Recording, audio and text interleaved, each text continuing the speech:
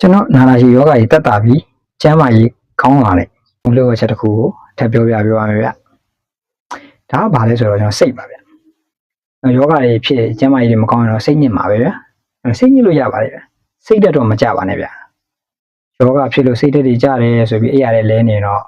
ဘယ်တော့မှတက်တာမှာမဟုတ်ပါဘူးဒီတော့စိတ်ညစ်เสียရှိရညစ်လိုက်ပါကျွန်တော်လည်းကျွန်တော်ယောဂကိုကြားခြင်းစိတ်ညစ်ခဲ့ရတာပဲဗျဒါပေမဲ့ပြီးရင်ရှုံးပေးမှလားရှုံးမပေးဘူးလေလုံးเสียရှိတာဆက်လုပ်ရမယ်ပြီးတော့ကျွန်တော်စိတ်ထဲမကြနဲ့အကောင်းမြင်စိတ်ထားပါဗျကျွန်တော်တို့အရင်ကကျမ်းမာရေးကိုဂရုမစိုက်မိခဲ့ဘူးဒီတော့အခုကျွန်တော်တို့ခန္ဓာကိုယ်ကလက္ခဏာတွေပြပြီးတော့ယောဂတွေဖြစ်လာတယ်ဒီတော့ဒီချက်နေစပြီးကျမ်းမာရေးဂရုစိုက်မယ်ဆိုပြီးတော့စိတ်ကိုမွေးပါအကောင်းမြင်စိတ်ထားပါပြီးရင်ကျွန်တော်တို့စိတ်အတွက်ကောင်းတဲ့တရားထိုင်တာလက်ရှုလေ့ကျင့်ခန်းတွေလုပ်တာ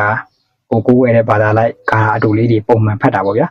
လောဘကြီးပြီးကာအရှိကြီးတွေမလုပ်ပါနဲ့တရက်ဖတ်ပြီးနောက်ပြက်နေရင်ဘာမှမထူးဘူးပေါ့နော်အဲ့တော့ပုံမှန်လုပ်နိုင်တာလေးကိုရေရှည်လုပ်ပါဗျပြီးရင်ကျွန်တော်လုပ်ခဲ့တဲ့ဟာတစ်ခုကတော့ငါကျမ်းမာရေးကောင်းတဲ့သူဖြစ်ကိုဖြစ်ရမယ်ဆိုပြီးတော့စိတ်နှလုံးသွင်းတာပါဗျဒီလိုစိတ်ကိုအကောင်းမြင်စိတ်မွေးပြီးတော့စိတ်တဲ့ခွန်အားတွေရှိနေမယ်ဆိုရင်ကျွန်တော်တို့ခန္ဓာကိုယ်ကလည်းစိတ်နဲ့အတူပြန်ကျမ်းမာလာမှာပါဗျပြီးတော့ကျွန်တော်တို့ပုံမှန်လုပ်တဲ့အလေးချိန်ကောင်းတွေကိုယုံကြည်ထားလိုက်ပါဗျကျွန်တော်လည်းဒီလိုပဲလုပ်ခဲ့ပါတယ်အဆင်လည်းပြေခဲ့ပါတယ်ဗျမရှိတို့